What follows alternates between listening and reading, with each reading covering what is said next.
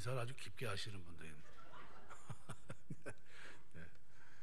어버이날은 굉장히 의미가 있는 날입니다. 이 날만큼은 굉장히 중요하다고 생각하고요. 모든 교육의 초점은 자녀가 부모에게 공경하는 데 있습니다. 순종하고 공경하는데, 이거를 놓치면 신앙생활 잘못하는 겁니다. 예배소서를 계속 우리가 강해를 하고 있기 때문에 오후 시간에는 예배소서를 강의하고 있는데, 공교롭게도 5장 부분을 우리가 지금 묵상하고 있습니다. 5장 말씀 가운데 15절 보면 이렇게 표현합니다. 그런즉 너희가 어떻게 행할지 자세히 주의하여 지혜 없는 자 같이 하지 말고 오직 지혜 있는 자 같이 하여 세월을 아끼라. 때가 악하니라. 여기 세월을 아끼라 이렇게 돼 있는데, 아낀다는 게 어떻게 하는 게 아끼는 거냐 하면요, 시간을 잘 써라 뭐 이런 얘기가 아니라 시간을 되살아 라는 뜻이에요. 시간을 되살아, 속량하라 라는 뜻입니다.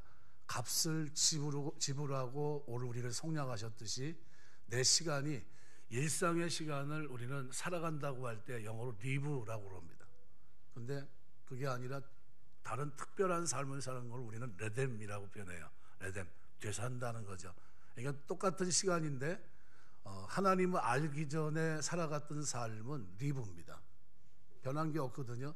근데 예수 믿고 난 후에도 리브의 삶을 살아가는데, 그 삶이 아니라 리브의 삶에서 오늘 예배소서 사도 바울이 얘기하는 거는 새 사람으로 살아가는 레뎀, 시간을 아끼는 삶을 살아야 된다는 겁니다. 시간을 되사는 삶을 살아야 된다는 겁니다.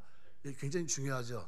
그래서 때가 악하다, 때가 악하다는 건 뭡니까? 사람들이 그 틀에서 그냥 계속해서 그렇게 우상을 섬기는 사람은 섬기는 대로, 죄악 속에 있는 사람은 죄악 그대로 살아가는데, 예수 믿은 너희는 새 사람이지 않느냐는 거예요. 그러면서 새 사람인 너희가 어떻게 해요? 되사는 삶을 살아가기에, 이것이 하나님께서 원하는 삶인데, 세월을 아끼는 삶. 그런데 그렇게 살만한 능력이 우리에게 없어요. 그래서 바울은 한 가지 길을 제시하는데, 오직 성령의 충만함을 받으라 이렇게 명령합니다. 성령이 왜 필요한가 하면, 성령이 아니고서는 그렇게 살아낼 수가 없다는 거죠. 그럼 성령 충만한 사람은 어떻게 살아갑니까? 18절서부터 보면, 술 취하지 말라 이는 방탕한 것이니 오직 성령의 충만함을 받으라. 시와 찬송과 신령한 노래로 서로 화답하며 너희 마음으로 주께 노래하며 찬송하며 범사의 우리 주 예수 그리스도 이름으로 항상 아버지 하나님께 감사하며 그리스도를 경외함으로 피차 복종하라. 그리고 시작한 말이 아내와 남편에게, 그리고 6장에 넘어가면 자녀와 부모에게, 그리고 종과 상전에게 얘기를 합니다. 어떤 사람에게 얘기한 거냐 하면요, 성령 충만해서 새 사람이 된 사람들에게 얘기한 거예요. 새 사람이 된 사람은 지난날은 그죠, 일상 속에, 세상의 흐름 속에 세월을 아끼지 못하고 되사지 못하고 어떻게 리브의 삶을 살아갔습니다. 그냥 세상 사람이나 차이가 없어요. 그런데 예수 믿고 나면 새 사람의 삶을 살아요. 되사는 삶. 하나님이 내 주가 되셨고 나에게 그리스도의 성품이 임했기 때문에 하나님의 성령이 내 가운데 있고, 그 성령 안에서 무슨 관계가요? 부부 관계도 달라지고, 부모와 자식의 관계도, 종과 상전의 관계도 성령 충만한 가운데 살아야 된다. 이걸 예배소서가 얘기하고 있는 바입니다. 그 가운데 오늘 우리는 6장을 잠깐 생각하면서 우리가 은혜를 입으려고 합니다. 금요일은 느헤미야 성경을 우리가 지금 묵상하고 있고요. 5장을 지난 시간에 이번 주에 묵상을 했습니다. 5장을 묵상하면서 느헤미야가 그 백성을 얼마나 사랑하고 있었는지를 보여주고 있거든요. 왜냐하면 느헤미야는 일베 장관이라고 표현하면 장관으로서 받아야 될 모든 녹을 12년간인가 받지 않아요. 왜냐하면 그 백성들을 배려해 주는 겁니다. 사랑이죠. 사랑의 모습을 나타내주고 있거든요. 근데 제가 그 얘기를 하면서 경건이 뭐냐, 이 경건에 대해서, 경건함에 대해서 제가 설명을 드렸는데요. 혹시 이제 관심 있으신 분들은 우리 교회 홈페이지 보면 지금 설교한 게 다 올라가 있으니까요. 꼭 한번 들어보시면 좋을 것 같고요. 경건은 아브라함과 얘기했을 때 하나의 예를 들어서 이렇게 설명을 드립니다.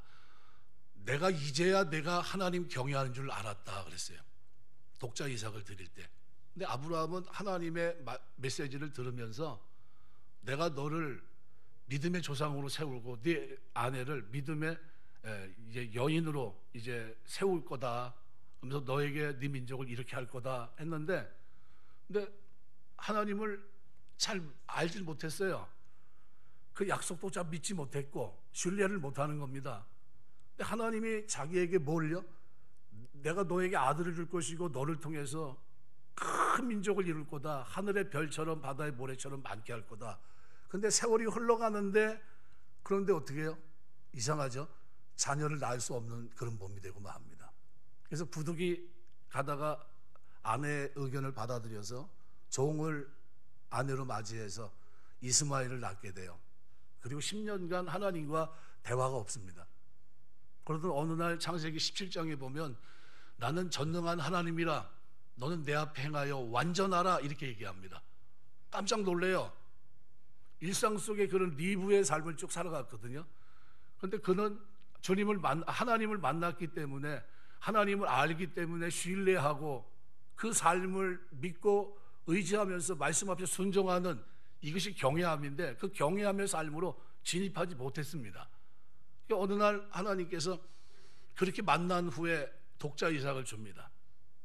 그러면 이제 끝난 것 같은데, 이삭을 줬으니까, 약속의 아들을 줬으니까 이제 모든 문제가 해결이 됐잖아요. 근데 그게 아니라 하나님이 아브라함의 믿음을 달아보십니다. 독자 이삭을 달라는 거예요.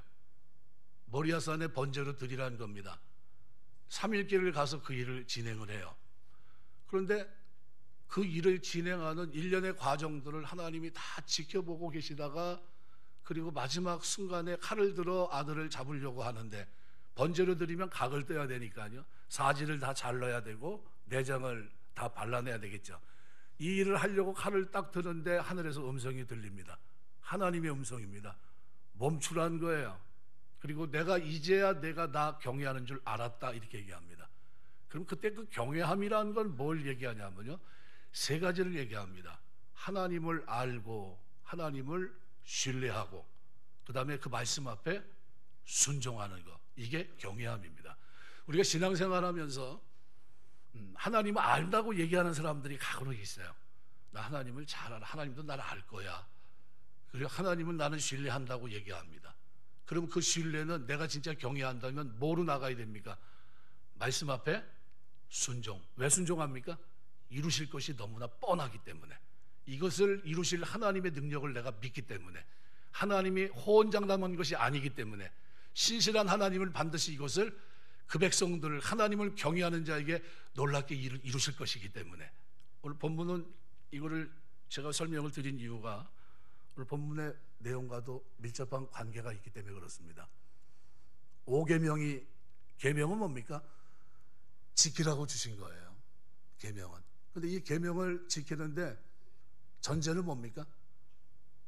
하나님 아는 것, 하나님을 신뢰하는 것, 그리고 그 계명을 지킨다는 것은 순종입니다. 순종. 이게 뭡니까? 내가 하나님 경외하는 거예요. 그래서 잠언 성경은 이렇게 표현합니다. 여호와를 경외하는 자는 장수하느니라. 오늘 말씀을 만일 이걸 구약의 말씀으로 인용한다면 딱 한 절로 표현할 수 있는 겁니다. 여호와를 경외하는 자는 장수한다. 어떻게 하는 게 경외하는 거죠? 말씀 앞에 순종하고 공경하고, 부모를 공경하고 순종하고 살아가는 그 삶이 뭡니까? 결국은 언약의 말씀을, 내가 그 명령을 지키는 겁니다. 이 행위가 하나님한테, 하나님 보실 때는 뭡니까? 이로써 내가 잘되고 장수하리라. 이로써라는 단어에 네가 나를 아는구나, 네가 나를 신뢰하는구나, 네가 순종하는 걸 보니까 내가 너에게 잘되고 장수하게 하마, 네가 그 약속을 믿고 있구나, 이런 뜻이에요. 여호와를 경외한다고 할 때 경외함은 그래서 이 세 가지가 포함되어 있는 겁니다. 그냥 나는 하나님 경외하는 사람이야, 그죠? 그럼 하나님 경외한다는 이 표현은 느헤미야가 썼을 때는 뭡니까? 경외함은 반드시 이웃 사랑의 모습과 밀접한 관계가 되어 있습니다. 그래서 사도행전에 보면 여러분 알고 있는 이방인 가운데 최초로 성령을 임하게 된 분이 계시죠. 누구죠? 사도행전 9장 같은 데 보면 한번 누구죠? 이방인 가운데 한번 얘기 한번 해보세요. 네? 네, 고넬료. 우리는 너무 조용해가지고 우리 교회는 절대 얘기 안 합니다. 말하면 큰일 나는 줄 알아. 고넬료가 이방인 가운데 하나님 앞에 처음 성령을 받는데 이유가 뭡니까? 여러 가지 이유가 있는데 그가 하나님을 경외하며 이렇게 돼 있어요. 경외한다는 건 무슨 얘기죠? 하나님을 알 뿐만 아니라 신뢰하고 그 말씀을 지켜 살아가는 사람이라는 거예요. 그 삶에 하나님이 그를 불러서 어떻게 해요? 그리고 그가 뭐를 합니까? 백성들에게 잘하고 선대할 뿐만 아니라 그 다음에 뭐를 하고 있어요? 성전을 짓고. 그래서 유대인들이 볼 때 고넬료를 향해서 마음이 어떻게 해요? 활짝 열려 있는데 진짜 열려 있는 분 누굽니까? 하나님이 열려 있어요. 그 고넬료를 향해서 마음이 흐뭇합니다. 왜요? 그리고 그를 불러서 최초 이방인 가운데 뭘 봐? 성령이 그에게 임하게 됩니다. 우리 이 말씀을 제가 드리는 이유는 오늘 이 효도라고 하는 이 부분은 해도 되고 안 해도 되고 그런 문제가 아니에요. 내가 새 사람이 됐기 때문에 하나님이 나에게 주신 명령입니다. 이거는 영적인 일이에요. 자녀가 해야 될 도리는 순종과 공경입니다. 부모에게 순종할 것, 공경할 것을 성경은 명합니다. 명령받은 사람들이 오늘 본문에는 자녀라고 되어 있는데 자녀라고 하는 말의 원문은 나이와 위치에 따라 다른 단어를 씁니다. 여기 쓰인 단어는 테크논이라는 단어인데 부모 슬하에서 아직 독립하지 않는 상태의 자식을 가리킵니다. 순종은 피동적이고 수동적인 차원이라면 공경은 적극적이고 능동적인 차원이고 이거는 살았을 때뿐만 아니라 돌아가셨을 때도 마음에 가지고 있는 태도예요. 그러니까 부모의 슬하에 있는 부모의 도움을 받은 자녀에게는 순종하라고 했고 독립해서 스스로 살 수 있는 능력을 갖춘 자녀에게는 부모를 향해서 늘 공경해야 된다는 공경. 그러니까 자식의 도리는 어떤 특별한 기간에 한정되어 있지 않습니다. 나의 어떤 능력이 있거나 없거나 능력의 유무나 또는 시기와 상관도 없고요. 부모님께 순종하고 공경하면서 자식의 도리를 다하는 것이 이것은 평생의 일입니다. 살아있는 동안이에요. 이건 효도에는 유효기간이 없어요. 우리 음식에는 다 유효기간이 있죠. 근데 효도는 부모님이 나를 낳아주시고 내가 그 은혜를 갚을 때서부터 돌아가실 때까지 끊임없이 돌아가신 후에도 공경의 태도는 저버리지 말아야 돼요. 언제나 우리는 부모님께 도리를 다해야 됩니다. 이것은 성도의 마땅한 도리입니다. 어떤 도리입니까? 새 사람 된 사람에게 주어진 명령입니다. 순종하고 공경하면서 효도해야 될 이유가 있다면 이것이 그리스도인들에게 명한 새 사람이 거듭난 사람들에게 명한 하나님의 명령이기 때문에 그렇습니다. 하나님께서는 순종과 공경을 명하실 때 명확하게 1절에 주 안에서 순종하라 그랬습니다. 이 말씀은 예수 믿는 부모에게는 순종하고 예수 믿지 않는 부모에게는 순종하지 않아도 되는 이렇게 생각해서는 안 된다는 겁니다. 그렇죠? 주님께서 이것을 명하셨기 때문에 우리는 순종해야 됩니다. 부모님께 순종하는 것은 윤리적인 차원을 뛰어넘습니다. 신앙인이기 때문에 하나님의 은혜로 거듭났기 때문에 새 사람이 되었기 때문에 예수님을 주로 섬기고 살기 때문에 하나님을 알고 신뢰하고 약속을 이루실 것을 믿기 때문에요. 그래서 순종하고 공경하는 겁니다. 왜요? 잘되고 장수하는 이 약속을 실행하실 거니까 이걸 믿어요. 이 믿음이 있기 때문에 순종하고 공경하는 겁니다. 그러니까 새 사람이 되어서 살아가면서 부모에게 순종하고 공경하지 않으면 세월을 어떻게 아끼지 못하고 있는 겁니다. 세상 일반 하나님 알지 못하는 사람들이 살아가는 리브 날마다의 삶 속에 일상 속에 있지만 그는 세월을 되사야 되는데 그죠? 그런데 그렇게 하고 있지 않는 거예요.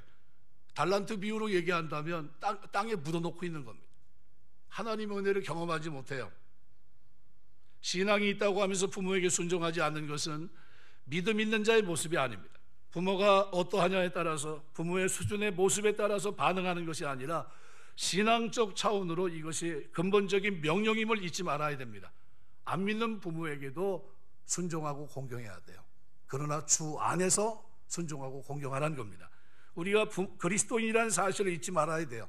내가 새 사람이 됐다는 걸 잊지 말아야 됩니다. 이것이 부모에게 순종함을 잊지 말아야 돼요. 이 부모에게 순종하고 공경하는 것은 하나님을 닮은 모습입니다. 그래서 오늘 부모에게 순종하는 일을 오늘 본문에서는 1절에 이렇게 말합니다. 너희 부모에게 순종하라. 이것이 옳으니라. 디카이오스라는 헬라어 말은 의로운 것을 의미하는데, 의로움은 하나님의 품성입니다. 하나님은 공의로우실 뿐만 아니라 사랑이 무궁하신 분이에요. 이것이 옳다고 하는 것은 부모에게 순종하는 것이 하나님의 의로운 성품을 드러내는 것이라는 겁니다. 하나님께서는 우리에게 하나님의 거룩함을 닮으라고 명하십니다. 레위기 11장 45절에 보면 나는 너희 하나님이 되려고 너희를 애굽 땅에서 인도해낸 여호와라. 내가 거룩하니 너희도 거룩할지니라. 예수님은 이 땅에 오셔서 마지막 십자가에 달리셔서 육신의 어머니 마리아를 요한에게 맡깁니다. 요한에게 뭐라고 얘기합니까? 내 어머니다 이렇게 얘기해요. 가상칠언이요. 내가 지금까지 얘기했던 그대로. 예수님은 처음에 요한복음에 보면 그죠? 우리가 알고 있는 그 가나 혼인잔치에서 그 일을 감당하면서 원래 내 때가 이르지 않았습니다 하면서도 어떻게 해요? 순종하여 받으십니다. 내 때가 아직 되지 않았습니다. 내가 지금 하나님의 일을 명령해야 되는데 부모의 말을 거스르지 않아요. 예수님의 모습입니다. 하나님은 주의 자녀인 우리가 하나님을 닮은 성품을 가지고 새 성품, 거룩한 성품을 가지고 하나님의 의로움을 드러내는 인생이 되기를 원하는데 그 첫 번째 대상이 누굽니까? 부모님이에요. 부모님을 사랑하고 섬기고, 살아있는 부모님을 어떻게 해요? 공경하지 않는 사람이 보이지 않는 하나님을 경외함이 가능할까요?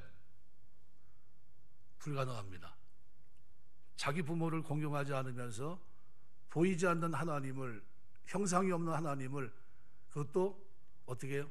하나님을 안다고, 하나님을 신뢰한다고, 그리고 하나님의 약속을 믿는다고 하면서 어떻게 순종할 수 있는 그런 힘이 있을까요? 천만에요. 불가능합니다. 그런데 부모 공경하는 모습을 보면, 그걸 가지고 공경하는 걸 보면 저 사람 하나님 경외하는 사람이구나 하는 것을 알 수 있어요. 뭘 통해서요? 약속을 믿는 하나님의 새 사람이기 때문에 그렇습니다. 그래서 여기 분명합니다. 하나님은 주의 자녀인 우리가 하나님을 닮은 성품을 가지고 하나님의 의로움을 드러내는 그런 인생이 되기를 원하십니다. 여러분, 이것이 얼마나 중요한가 하면 하나님을 닮아 있는 자, 그리스도를 본받는 자가 우리 인생의 목적이라고 한다면 이것이 부모에게 순종하고 공경할 때 나타나는 겁니다. 부모 공경하는 일은 하나님이 기뻐하시는 신앙의 일이고 이것은 영적인 일이에요. 가장 중요한 일이에요. 내 신앙에 있어서 부모의 관계는 너무나도 중요한 겁니다. 골로새 3장 20절에 보면 이렇게 표현합니다. 자녀들아 모든 일에 부모에게 순종하라. 이는 주 안에서 기쁘게 하는 것이니라 그랬습니다. 순종이 기쁘게 하는 거다. 순종이. 우리가 하나님을 닮은 모습으로 살아갈 때 하나님은 기뻐하십니다. 우리는 하나님께서 기뻐하시는, 간절히 하나님께서 우리를 기뻐하시기 때문에 이 기뻐하시기를 바라는 삶이 나에게 있기 때문에 나를 통해 하나님이 기뻐하시고 영광 받으시길 위해 기도합니다. 그런데 성경은 우리가 부모에게 순종할 때 하나님이 기뻐한다고 얘기해요. 그럼 여러분 순종하시길 주 이름으로 축원합니다. 거듭난 사람은 순종하는 겁니다. 자연인 아직 예수를 알지 못하는 사람들은 그냥 일상 속에 있지만 우리는 되사는 삶을 살아가요. 내 시간을 성량 값어치 있게 쓴다는 겁니다. 주 안에서 바르게 쓴다는 거예요. 부모에게 순종하고 공경하는 것은 단지 인간의 도리적인 차원이 아니라 하나님께 나아가는 중요한 일입니다. 그래서 부모에게 순종하고 공경하는 일은 힘써야 될 일입니다. 힘써야 될 일, 가르쳐야 될 일입니다. 왜 또 부모에게 공경해야 되는가? 효도하는 것은 그 자녀에게 복을 가져다 줍니다. 이것은 하나님의 축복의 통로예요. 그래서 에베소 6장 3절은 이로써 내가 잘되고 땅에서 장수하리라. 이로써라는 게 뭡니까? 바로 하나님의 이 약속을, 하나님을 알고 하나님을 신뢰하고, 그죠? 하나님이 그 말씀을 이루실 것을 믿는다는 거예요. 그래서 어떻게 해요? 순종하고 공경하며, 이게 이로써입니다. 이로써 어떻게 해요?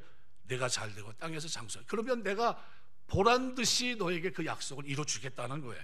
그래서 부모 공경은 10계명을 통해서도 주어졌는데 5계명이 뭡니까? 부모 공경이에요. 내 부모를 공경하라. 출애굽기 20장 12절 보면 내 부모를 공경하라. 그리하면 내 하나님 여호와가 내게 준 땅에서 내 생명이 길리라. 이 계명은 약속이 뒤에 달려있기 때문에 약속 있는 첫 계명이라고 말합니다. 부모를 공경하는 것을 계명으로 주셨어요. 계명. 이거 반드시 우리가 행하도록 명하신 계명입니다. 약속을 덧붙여 놓으시면서 이 계명을 준수하고 따르는 자에게 복이 임할 수 있도록 하신 겁니다. 그러니까 부모를 공경하는 것은 내가 이 땅에서 하나님의 복을 누리려고 사는 중요한 통로예요. 이 통로가 막히면 망하는 겁니다. 그죠? 창세기 9장에 노아의 아들 세 아들 가운데 이 통로가 막힌 사람이 있습니다. 누굽니까? 함, 셈, 야벳 중에 함이죠. 부모를 공경할 줄 몰라요. 그죠? 부모의 부끄러운 부분을 동네방네 돌아다니면서 얘기해야 됩니까? 안 해야 됩니까? 얘기하지 말아야 되죠. 그죠? 감춰야 되겠죠. 수치를, 부끄러움을 덮어줄 수 있어야 되고. 그게 당연한 겁니다. 그런데 함은 그러지 못했거든요. 그런데 셈과 야벳은 어때요? 덮어줘요. 그때 하나님 어떻게 해요? 종들의 종이 되기를 원하노라 그랬어요. 이거 뭘 배우라고 한 겁니까? 공경하는 걸 배울 수밖에 없는 그런 민족으로 그냥 추락하고 맙니다. 공경. 그건 내적인 문제예요. 내적인. 그죠? 부모를 향한 태도에 항상 부모에 대한 공경의 마음이 있어야 돼요. 전에 제가 네팅스의 아들 다마의 행적을 본받으시오라는 그 랍비 그 보석상에 대해서 한번 얘기한 적이 있는데요. 보석상 그 귀한 다이아몬드를 아주 캐러스 높은 거는요 팔 수가 없습니다. 왜? 수요가 없으니까. 그런데 어느 날 손님이 딱 찾아왔어요. 드디어 기회가 온 겁니다. 얼마나 감사해요. 그래서 잠깐 기다리십시오. 그리고 들어갔는데 아버님이 그 보석상을 베개 삼아 주무시고 계세요. 저 같으면 아버지 일어나세요. 지금 이거 팔아야 됩니다. 그랬을 겁니다. 근데 네팅스의 아들은 그렇게 하지 않았어요. 나가서 오늘은 안 되겠습니다. 오늘은 아버님이 그 베개로 베고 주무시기 때문에 깨울 수가 없습니다. 다음에 일정을 한번 잡았으면 좋겠습니다. 돌려보내요. 그게 공경입니다. 공경. 주무시는 아버지 요란스럽게 하지 않고 편안하게 주무실 수 있도록 어떻게 해요? 전혀 부담을 주지 않아요. 보석함 열쇠가 아버지 베개 속에 있었던 겁니다. 그래서 그걸 가리킨다고 그래요. 이거 굉장히 중요하겠죠. 내가 이 땅에서 하나님의 복을 누리며 사는 중요한 통로가 바로 순종과 공경입니다. 그래서 하나님께서는 약속을 덧붙이면서 연약한 인생들이 이 말씀에 순종하기를 바라실 정도로 부모 공경을 중요하게 여기십니다. 잘되고 땅에서 장수한다는 이 약속에서 잘됨을 먼저 말씀하신 것은 장수가 단순한 수면 연장이 아니란 사실을 말씀한 겁니다. 복된 삶을 오래 누리도록 하는 것을 말씀한 겁니다. 여러분, 우리 자녀들이 잘되고 장수하게 되시길 주의 이름으로 축원합니다. 간혹 모르는 무식한 사람들이 나는 짧고 굵게 살 거라고 얘기해요. 예, 우리 이제 친구 중에 하나도 아주 짧고 굵게 간 사람이 있어요. 고등학교 졸업하자 그 다음엔가 천국 갔어요. 예수 잘 믿는 친구인데 절대로 기도를 하더라도요, 하나님 저는 빨리 가고 싶습니다 이 얘기 하지 마세요. 꿈에라도 만약 그런 뭐 얘기 나오면 이게 내가 뭔 죄를 졌나 무슨 죄인가 싶어가지고 벌떡 일어나야 됩니다. 하나님 앞에 잘되고 장수하게 해달라고 기도하시길 주의 이름으로 축원합니다. 그렇게 해야 돼요. 이거 부모에게 순종하고 공경하는 것은요 나를 위한 겁니다. 내가 복받고 하나님의 칭찬을 받는 길이고 이것은 매우 귀한 길입니다. 그럼 어떻게 하는 게 공경인가? 순종은 겉으로 드러나는 행위입니다. 공경은 마음의 자세예요. 3명의 며느리를 둔 시어머니가 다이아몬드를 끼고 있었는데 다이아몬드가 제법 나가는 다이아몬드입니다. 그러니까 며느리들이 분명히 돌아가시면 셋 중에 하나한테 줄 텐데, 그리고 며느리가 와서 이게 섬길 때마다 자꾸 반지를 만작만작 거리는 거예요. 그러니까 또 올 때마다 이거 내가 죽게 되면 네가 가져라. 첫째한테도 그랬는데 둘째한테도 똑같은 얘기를 했고요.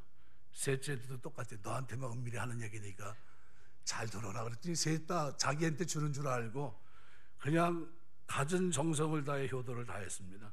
어느 날 시어머니가 돌아가셨는데 셋이서 대성통곡을 합니다. 왜냐하면 속았던 거예요. 짝퉁입니다. 짝퉁 다이아몬드 때문에 셋이서 경쟁하듯이 섬겼던 겁니다. 근데 중요한 거는 그 속에 뭐가 없다는 거예요? 진짜 공경하는 마음이 없었던 거예요. 그게 안타까운 거죠. 그럼 어떻게 하는 게 공경일까요? 네. 먼저 부모의 권위를 인정해 줘야 됩니다. 부모에게 순종하고 공경하는 사람은 언제나 부모 권위를 존중하고 부모를 존경해야 돼요. 나는 고기를 좋아하는데 부모님은 회를 좋아하세요. 그럼 식사하러 갈 때 고기 먹으러 가야 됩니까? 회 먹으러 가야 됩니까? 그러면서 이제 자식이 이렇게 얘기합니다. 어머니 오늘은 회 드시자고. 매일 고기 좋아하시는데 오늘은 회 드시라고. 그러면 잘하는 겁니까? 못하는 겁니까? 잘못하는 거죠. 그럼 어떻게 해야 돼요? 어머니가 만약 김치찌개 하면 김치찌개 글로 가시는 거 그게 맞는 겁니다. 그걸 구태여 그냥 해가지고 한식집을 가자, 뭐 쌀국수를 먹으러 가자, 뭐 이렇게 이런 얘기하면 스트레스 받아, 스트레스. 가문 이겁니다. 다 소식은 다 어떻게 해요? 자녀들을 통해서 이렇게 쭉 돌아옵니다. 누가 뭐 가지고 와서 뭐 하고 갔고. 그래서 보고를 받거든요. 누가 뭐 가지고 갖다 놓고 뭐 어떻게 해서 갔고, 봉투를 얼마에서 다 먹고, 이게 다 들어옵니다. 근데 그 소식이 전해지지 않을 거라고 생각하고 멋대로 행동하면 안 됩니다. 부모님이 상처받은 걸 그대로 얘기해요. 어린아이처럼 그냥 얘기합니다. 아유, 그놈은 와가지고 나는 이거 먹고 싶은데 지 먹고 싶은 거 해가지고 먹고 왔어. 이렇게 얘기합니다. 절대로 그러시면 안 돼요. 부모의 그다음에 필요를 채워줘야 됩니다. 뭐 병원 간다든가, 뭐 치과를 간다든가, 뭐 보청기 그 이상이죠. 뭐 우리가 아무리 부모를 잘 섬겨도 내가 받은 것을 다 갚을 수는 없다고 생각합니다. 예전에는 자녀 낳는 게요, 제왕절개 수술이 없을 때는요 목숨을 거는 일이었습니다. 실제로 아기 낳다가 소천하신 분들도 많았고요. 또 키울 때는 어떻습니까? 지금은 뭐 접종하는 게 많아서 뭐 1년, 2년, 3년 해가지고 아주 프로그램이 짜 있더라고요. 그 시간에 가서 병원에 가서 주사 맞아야 됩니다. 근데 전에는 그런 게 없었어요. 홍역 한번 잘못 치르면 멀쩡하다가도 죽고 막 이랬지 않았습니까? 따지고 보면 지금 우리가 존재하는 것 자체가 부모님의 헌신입니다. 헌신. 그러니까 이 땅의 부모는 자식을 위해 평생 사신 분들입니다. 부모의 필요를 채워주는 일은 부모의 사랑에 보답하는 것이고, 이것은 하나님이 세 사람에게 명령한 일입니다. 그래서 성경은 믿음의 공동체를 가족 개념으로 설명합니다. 바울은 디모데를 자신의 아들로 부르는데 디모데 1장 18절에 보면 아들 디모다야 내가 내게 이 교훈으로 명하노니, 아들에게 명한다는 거예요. 전에 너를 지도한 예언을 따라 그곳으로 선한 싸움을 싸워라 이렇게 얘기합니다. 그러니까 육신의 부모가 없어도 공동체 안에는 연로하신 분들이 있고 영적인 지도자인 장로님들도 계십니다. 이분들을 존경하며 따라가야 돼요. 교회 장로님들 괜히 세우는 게 아닙니다. 쫓아가시길 주의 이름으로 축원합니다. 신앙의 본뿐만 아니라 여러 면에 그렇습니다. 디모데후서 5장 11절에 보면 잘 다스린 장로들은 배나 존경할 자로 알되 말씀과 가르침에 수고하는 이들에게는 더욱 그리할 것이니라. 연로하신 분들을 공경하고 부모님처럼 대하시길 주의 이름으로 축원합니다. 이게 굉장히 중요해요. 교회 안에서 연로하신 분들을 잘 섬기는 일은 영적인 공동체 안에서 우리가 마땅히 해야 할 도리입니다. 이 효도는 살아계실 때입니다. 하나님 말씀은 살아계신 부모에게 자식으로 진정한 효도를 다할 것을 명합니다. 기독교는 교회 종교입니다. 강한 명령으로 순종하고 공경할 것을 가르치고 있습니다.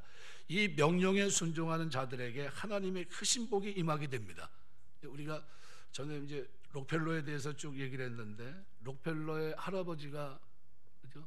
일생을 살면서 성전 지을 때 다 기부해 버리거든요. 7개 종각이 달린 교회를 멋지게 지고 돌아가셨는데 그 손자가 록펠러입니다.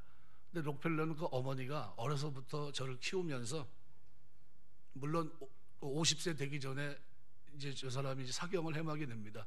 당신 이제 살아야 얼마 못 삽니다 하는 이제 통보를 받게 되는데, 그때 이제 그가 하나님 앞에 기도하면서 결단해요. 하나님, 내가 이렇게 죽을 수는 없지 않습니까? 내가 하나님을 향한 비전을 가지고 살겠습니다. 그리고 이제 움직였는데, 그가 나중에 이제 하나님을 위해서 여러 가지 일들을 하는데, 특별히 그의 어머니는 언제든지 이 세 가지를 항상 얘기했다고 그래요. 너는 수입의 11조를 반드시 하나님께 바쳐라. 너는 하나님께 예배 드릴 때 언제나 제일 앞자리에 앉도록 가르쳤고요. 세 번째는 너는 예배 드릴 때, 설교 들을 때 목사님의 말로 듣지 말고 하나님의 말씀으로 언제나 들어라. 이 세 가지를 록펠러 어머니가 록펠러에게 계속 강조했다고 그래요. 그리고 실제로 그렇게 살아갑니다. 그렇게 살아냈습니다. 이 록펠러만 그런 것이 아니라 부모를 공경하고 순종했던 게 아니라요. 우리가 알고 있는 미국의 16대 대통령인 아브라함 링컨은요, 그 아버지가 토마스 링컨은 신발 만드는 사람이에요. 근데 이 집을 어렸을 때부터 환경이 좋지 못하니까 늘 궁핍했고요. 그 바람에 링컨은 어릴 때 학교 교육을 제대로 받지 못합니다. 아마 그가 평생 다 합쳐도 1년이 채 되지 않는다고 그래요. 학교 공부를 배운 게. 20세가 되기까지는 그의 일상 속에 도끼자루를 놓아본 적이 없을 정도로 힘든 노동을 해야 됐고요. 그런 그가 미국의 대통령이 됩니다. 여러분, 대통령이 돼서 미국 링컨이 이제 상원 의원들 앞에서 취임 연설을 하려고 했는데, 상원 의원들은 말 그대로 학벌도 괜찮고 귀족 출신들입니다. 얼마나 자기네들이 자존심을 구깁니까? 그래서 이 비천한 출신의 링컨을 대통령으로 섬겨야 되니까요, 이게 마음이 내키질 않는 거예요. 그랬더니 그 가운데 좀 취임 연설을 하려고 입을 열 링컨 앞에 한 거만한 상원의원이 벌떡 일어나서 링컨을 향해서 이렇게 얘기합니다. 당신 같은 사람이 이 나라 대통령이 되었다는 사실은 참으로 놀라운 일입니다. 그러더니 자기가 신고 있던 신발을 딱 벗어들고 이렇게 얘기합니다. 이 구두 누가 만든 줄 아십니까? 당신 아버지입니다. 당신이 어쩌다 운 좋게 이 나라 대통령이 당선되었지만 당신 아버지가 신발 만드는 사람이라는 사실은 잊지 말았으면 좋겠습니다. 이렇게 얘기해요. 이 소리를 듣고서 여기저기서 비오는 소리가 들렸죠. 그런데 링컨은 이 말을 들으면서 눈물을 글썽이면서 이렇게 얘기합니다. 의원님 감사합니다. 의원님 덕분에 제가 잠시 동안 잊고 지냈던 아버님에 대한 기억이 새로워졌습니다. 정말 우리 아버님은 훌륭하신 분이었습니다. 이렇게 얘기해요. 이게 공경입니다. 이게 공경. 아마도 이 가운데 우리 아버님 만드신 신발을 신고 계신 분도 계시라고 믿습니다. 혹시 신고 계신 신발이 불편하시거든 제게 말씀해 주십시오. 물론 돌아가신 아버님의 기술에 비하면 형편없지만 그래도 아버님 어깨너머로 저도 기본 기술은 다 배웠습니다. 아버님이 만드신 신발에 대해서는 아들인 제가 책임지고 최선을 다해 고쳐드리겠습니다. 그 말을 하는데 듣는 사람들이 다 숙연해집니다. 더 이상 링컨 대통령을 향해서 모욕하는 사람도 없고 깔보는 사람도 없는 거죠. 자기 아버지에 대해 진정으로 공경하는 그 마음에 모든 사람들이 박수를 쳤던 겁니다. 우리 살아가면서 부모님 존경하시길 주의 이름으로 축원합니다. 간혹 아이들한테 물어봐요. 너 세상에서 가장 존경하는 사람이 누구니? 그러면 아버지요, 어머니요 이렇게 나오면 얘 제대로네 이렇게 생각합니다. 왜요? 세상에서 가장 존경할 수 있는 분이 부모님이 돼야 됩니다. 그래서 오늘 본문에는 내 아버지와 어머니를 공경하라. 이것이 약속 있는 첫 계명이니 이는 내가 잘되고 땅에서 장수하리라. 잘되고 부정과거입니다. 장수하리라 미래 시제예요. 이 부정과거는 격언적 부정과거라고 얘기합니다. 잘되리란 축복은 이미 일어난 일이나 다름없는 확고한 진리인 것을 강조할 때 격언적 부정과거로 쓰고요. 미래 시제는 장수의 복이 확실하게 일어날 축복임을 보여주기 위해서 미래 시제로 쓴 겁니다. 뭐가 확실합니까? 하나님이 잘되고 장수하는 게 너무나 확실하다는 거예요. 뭐 때문에? 하나님을 경외하는 자는 부모를 공경합니다. 한번 따라서 하시겠습니다. 하나님 경외하는 사람은 부모를 공경합니다. 네. 또 하나는 뭐냐 하면 거듭난 사람은 부모를 공경합니다. 새 사람은 부모를 공경합니다. 성령 충만한 사람은 부모를 공경합니다. 그런 거예요. 영적인 일입니다. 육적인 일이 아니에요. 세상 가치에 있지 않습니다. 하나님의 약속이 있어요. 명령, 계명입니다. 이것이 그래서 디모데후서 5장 4절에서는 만일 어떤 과부에게 자녀나 손자들이 있거든 그들로 먼저 자기 집에서 효를 행하여 부모에게 보답하기를 배우게 하라. 이것이 하나님 앞에 받으실 만한 것이니라. 왜요? 부모 공경이 하나님 경외이기 때문에 그래요. 그러니까 하나님 경외는 뭐라고 그랬죠? 하나님을 알고 하나님을 신뢰하고, 집에 가면 잊어먹을 텐데, 그죠? 그다음 또 뭐예요? 순종하고. 이게 부모 공경. 이게 하나님 경외하는 겁니다. 하나님 경외하시길 주 이름으로 축원합니다. 내가 이제야 내가 하나님 경외하는 줄 알았다. 언제입니까? 아브라함이 75세 부름 받고서 죽을 때 가가지고, 그때 가서 하나님이, 이야 힘들었다, 내가 너를 변화시키는 이렇게 힘들었어, 네가 나 경외하는 거 내가 이제 봤다. 그리고 더 이상 시험하지 않았어요. 약속을 믿는다는 겁니다. 신뢰한 거예요. 하늘의 별과 같이 바다의 모래처럼 내 자손을 많게 할 거다, 너를 믿음의 조상으로 세울 거다, 네 아내를 열국의 어미로 세울 거다 했는데, 약속을 하나님 이루십니까? 안 이루십니까? 이루시죠. 그게 출애굽기입니다. 엑소더스. 어마어마하죠. 430년 후에 그 백성들을 끌어내세요. 모세를 보내서. 그리고 10가지 기이한 일로 그들을 끌어낼 뿐만 아니라 어떻게 약속의 땅 가나안 땅을 향할 수 있도록 구름 기둥 불 기둥으로 하나님 역사하시며 그 일을 이루어 가십니다. 아브라함과 맺었던 언약을 하나님이 430년 후에 그 일을 이루어 가시는 거예요. 그러면 우리가 하나님의 명령 앞에 여러분이 순종하고 공경하는 것 해야 됩니까? 안 해야 됩니까? 하나님 알고 신뢰하는 사람은 공경하게 되시길 주 이름으로 축원합니다. 그래서 부모 공경은 영적인 일이다. 믿습니까? 육적인 일로 생각하시면 안 돼요. 해도 되고 안 해도, 시간 있으면 하고 시간 없으면 못하고, 이게 아닙니다. 부모 공경은 내가 살아있는 동안 해야 될 최고의 가치 있는 일이에요. 최고의 가치. 이걸 놓치면 안 됩니다. 공경하라는 헬라어는 후하게 갚으라는 뜻입니다. 부모의 은혜 후하게 갚고 살아갈 때 하나님은 오늘 우리 약속대로 이 땅에서 잘 되고 장수하는 복을 우리 자녀들에게 주실 줄 믿습니다. 이 축복이 저와 여러분의 가정, 자녀손들에게 임하게 되시길 주의 이름으로 축원합니다. 기도하겠습니다.